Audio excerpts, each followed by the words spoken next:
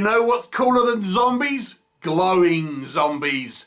Hank Braxton directs and co-writes GLOWZIES, and this is a movie that stars James Remar.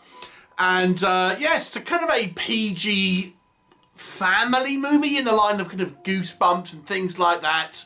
So don't be expecting a hardcore gore fest. It's somewhat of a comedic movie in many ways, but it still has a fun zombie movie with a few added elements to it. So the story is that there is a sort of out-of-the-way American sort of small-town community in the desert somewhere. But this is actually the site of a closed-down alien discovery. Some years ago, 30 years ago, there was this kind of alien mineral that was discovered, and it caused some problems, you might say, and it's just been sort of closed off and forgotten about, and there is a few people there that have been set kind of like stations to watch over this site, which is you know, in this kind of mill. But these older people, James Remar being one of them, have kind of been drugged to forget about what has happened. So they're kind of there, but they really don't know what they're doing there, and they've just been kind of like going through the motions the last 30 years. But things kind of start getting real when a group of mountain bikers break into this kind of mill which contains these GLOWZIES, who then start to reactivate and come out and want to take over the world in glowing zombie fashion. What will happen? You will have to watch the movie and find out. So yes, glowing zombies. And yes, they really do make the most of that kind of conceit here. What can we say that works? So it is visually quite interesting, this movie. I think the zombie genre is somewhat stale, you could argue, with a lot of movies come out that don't really have any sense of difference between them. Visually speaking, this one does. You know, these zombies are just like you know zombies, but they are sort of illuminated by this kind of iridescent glow, and it looks pretty cool.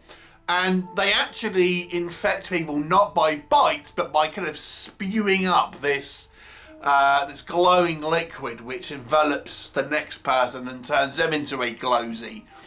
So it's kind of lots of kind of barfing on people and goo, in which case you obviously don't get the gore as much. I mean, there's a little bit of gore, but not much.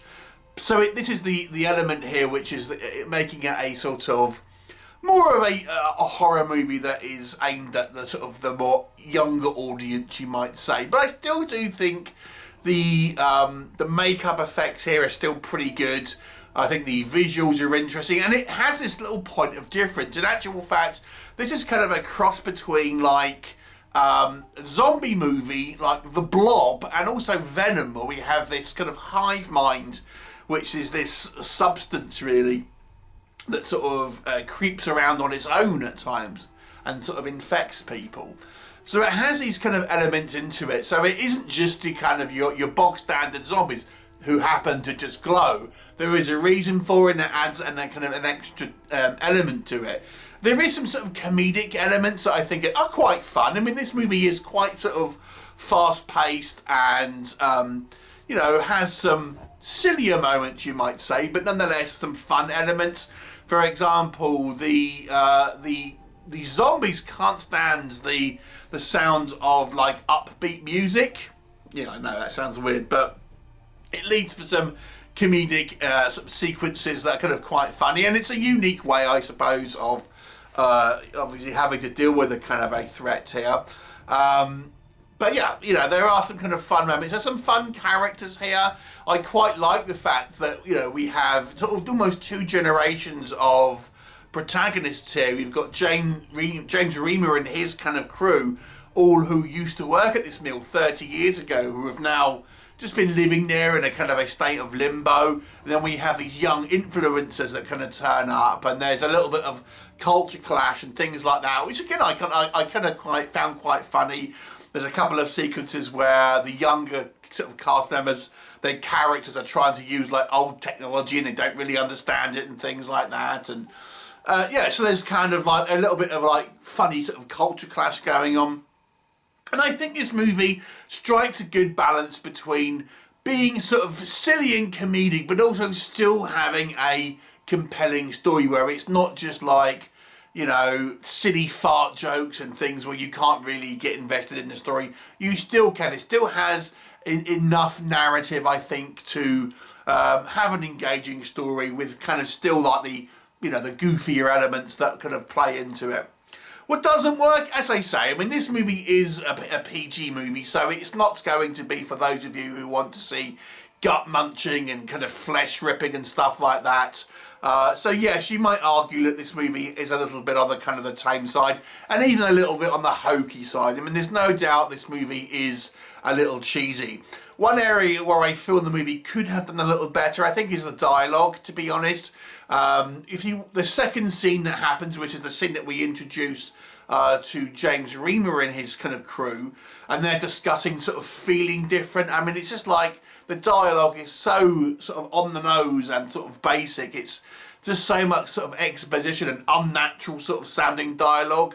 That really, I think, still could have had the same messaging, but could have been maybe sort of not being quite as sort of juvenile in a way. I don't blame the actors for that, but just the dialogue sequences here, I feel some of the dialogue here is a little bit too on the hokey side.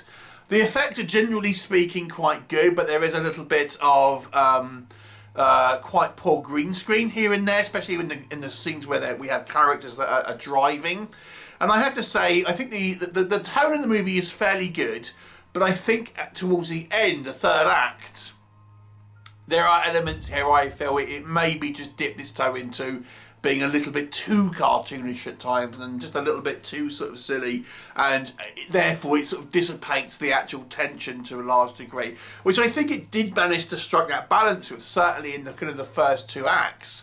But in the third act, you know, I don't know, the goofy like military generals and things, and this kind of like some of the kind of the way that these things play out, it's a little bit sort of too goofy into a certain degree, and you do lose some of that. Oh well, this was a film I was engaged in. Now I'm a little kind of less engaged. Overall, though, I think it's a fun sort of little silly, cheesy B-movie zombie film with some interesting visuals. It even at times will remind you of John Carpenter's The Fog in the way that these kind of zombies are depicted, and they do look cool. I'm going to give this one a 6 out of 10. It's a fun movie, just don't be expecting anything sort of too much from it, and I think you'll have a good time. So, yes, have you seen GLOWZIES? What did you think of it? Please do leave me a comment, and I shall look forward to seeing you next time. Bye for now.